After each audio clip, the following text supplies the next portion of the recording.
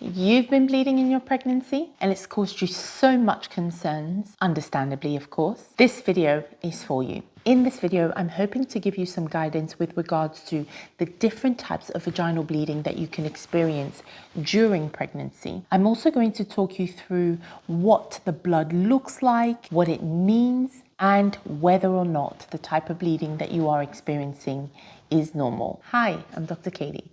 I'm a board-certified family doctor. I have a special interest in fertility medicine, any pregnancy-related topics, as well as women's health in general. And those are mainly what I talk about here on this channel called HeyDoc.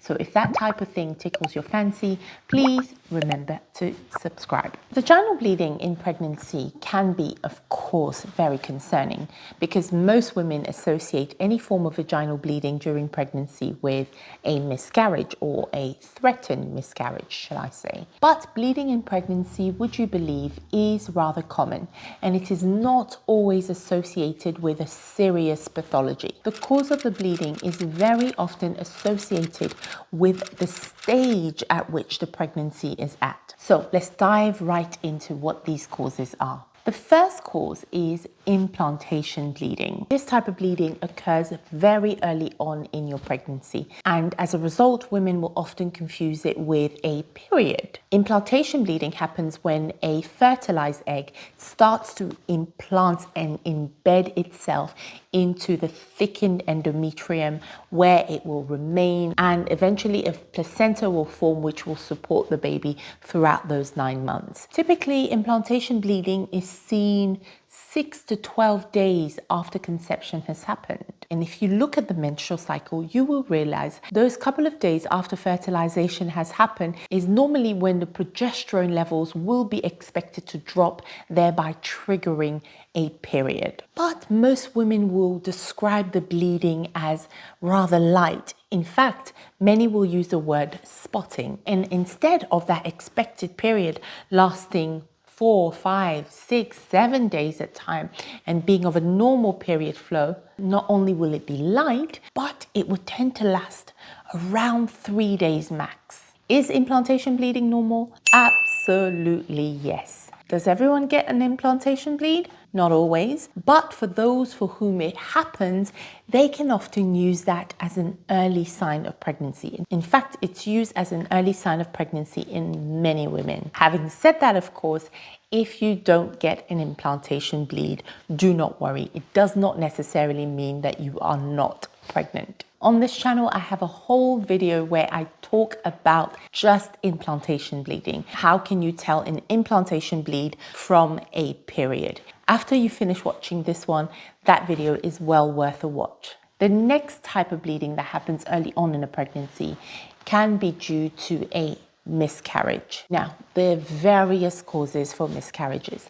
And again, on that topic, I have done a video about the causes of recurrent miscarriages. Don't wait until you get multiple miscarriages before you watch that video. If you've experienced one miscarriage, that is traumatic enough. So I encourage you to go ahead and watch that video because I describe all of the different things that can lead to a miscarriage. So if you get to find out about those causes early, you can address them, preventing any further miscarriages from happening. Now, back to the causes of vaginal bleeding in pregnancy. For the sake of this video, we will use one of the most common causes of a miscarriage, which is just a spontaneous end of the pregnancy. Very often, we just do not know why the lady has miscarried. But of course, there are many other reasons for miscarriages, one of which includes chromosomal abnormalities. Again, I encourage you to watch that video. It will really be helpful, particularly if this traumatic event has happened to you. The majority of miscarriages tend to happen in the first trimester.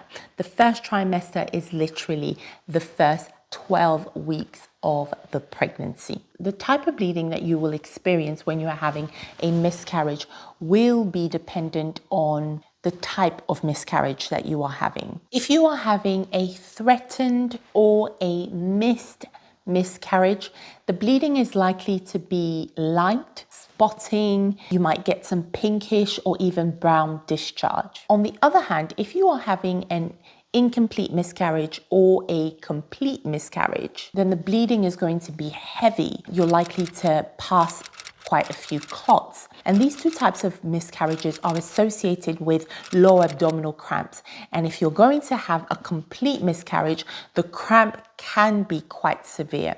And some women have described going to the toilet and passing tissue. Many have been bold enough to reach out into the toilet and to take that tissue, and they realize that it's the yolk sac. So under those circumstances, because they've passed all the tissue of conception, the bleeding is going to be a lot heavier. And I pray that that doesn't happen to you, but if it does, you need to get yourself to the hospital, because the doctors are going to need to stop the bleeding so that you don't get other complications from losing too much blood. Miscarriages sadly happen, and countless other women who are then able to go on to have successful pregnancies, some after a month or two of having the miscarriage. However, miscarriages become abnormal, or certainly something to look into if it becomes reoccurrent. Clinically speaking, a reoccurrent miscarriage is defined as having 3 or more miscarriages. But how many of you would agree that even after the first one, you are so on edge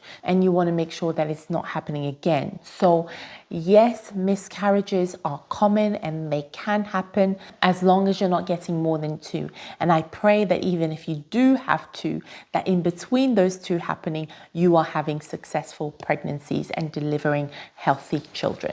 The next reason is because you are having an ectopic pregnancy. This is when the fertilized egg starts to implant itself outside of the main uterine cavity. Very often, 90% of cases, it implants itself inside of the fallopian tube. And because the fallopian tube is not designed to support a pregnancy for 9 months, in other words, it doesn't have the structural capacity to allow the baby to grow, the tube will rupture, causing you to have severe, sharp lower abdominal pain. And this will be associated with bleeding. Now, I would say if you have a combination of you are actively trying to get pregnant and then you get a sudden onset of severe lower abdominal pain followed by or associated with vaginal bleeding, I would actually argue that's good news, because some women will tend to downplay the lower abdominal pain that they're getting. They may think, oh, I'm trying to get pregnant, or I've tested positive on a pregnancy test, and so lower abdominal pain in pregnancy is expected. But most women start to panic when they start to experience vaginal bleeding when they know that they're pregnant. So that encourages them to go to the hospital to get checked out. Now, with an ectopic pregnancy, remember, if you are bleeding vaginally, it almost certainly means that you are also bleeding in your pelvic cavity and in the peritoneum area of your abdomen. And this will cause irritation